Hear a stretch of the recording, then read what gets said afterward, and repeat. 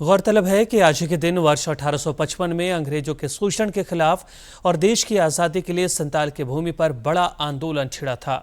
देश प्रेमियों के लिए यह साहिबगंज की वीर भूमि आज भी तीर्थ स्थल के समान है। साहिबगंज की पावन धरती आज भी हूल विद्रोह की अमर गाथा और उसके वीर सपूतों के अदम्य साहस की साक्षी है। यहाँ की वादियों में आज भी उस ऐतिहासिक जनक्रांति की गूंज महसूस की जा सकती है जिसने अंग्रेजी हुकूमत की नींव तक हिला दी थी। संथाल परगना में शोषण, अन्याय और दमन के विरुद्ध बरहेट प्रखंड के भोगनाडीह में जन्मे सिद्धू, कान्हू, चांद और भैरव मुर्मू के साथ वीरांगना फूलो और झानो ने संघर्ष का नेतृत्व करते हुए स्वतंत्रता की ऐसी मशाल जलाई जिसने अंग्रेजी शासन को चुनौती देने का साहस दिया। 30 जून 1855 को शुरू हूल विद्रोह की गूंज आज भी जिंदा है। आज जब उनके परिजन इन महान बलिदानियों को याद करते हैं तो उनकी आंखें गर्व से नम हो उठती हैं। वीर शहीदों से यही हमें एक प्रेरणा मिलती है, अपने अधिकार के लिए, अपने समाज के लिए, देश के लिए, राज्य के लिए, जल जंगल जमीन के लिए और एक पुल की जरूरत है। यही युवा पीढ़ी को संदेश देना चाहूँगा।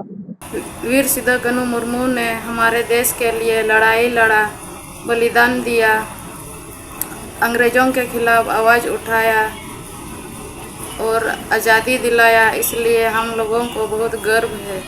अंग्रेजों ने संथालों को दामिन एकोह में बसाने और खेती का वादा किया था, लेकिन बाद में वही वादा धोखे में बदल गया।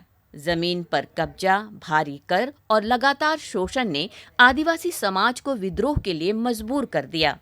सिद्धू, कान्हू और उनके साथियों ने मोर्चा संभालते हुए हजारों की संख्या में अंग्रेजों के खिलाफ गुरिल्ला युद्ध शुरू किया और अंग्रेजों को धूल चटा दिया।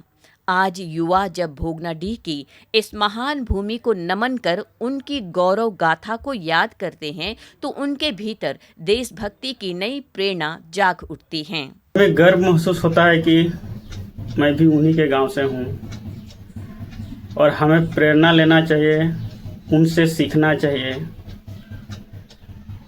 इसीलिए हम प्रत्येक वर्ष को 30 जून हूल दिवस में इन्हें याद करते हैं, नमन करते हैं। हूल विद्रोह आज भी आदिवासी अस्मिता और साहस का प्रतीक बना हुआ है।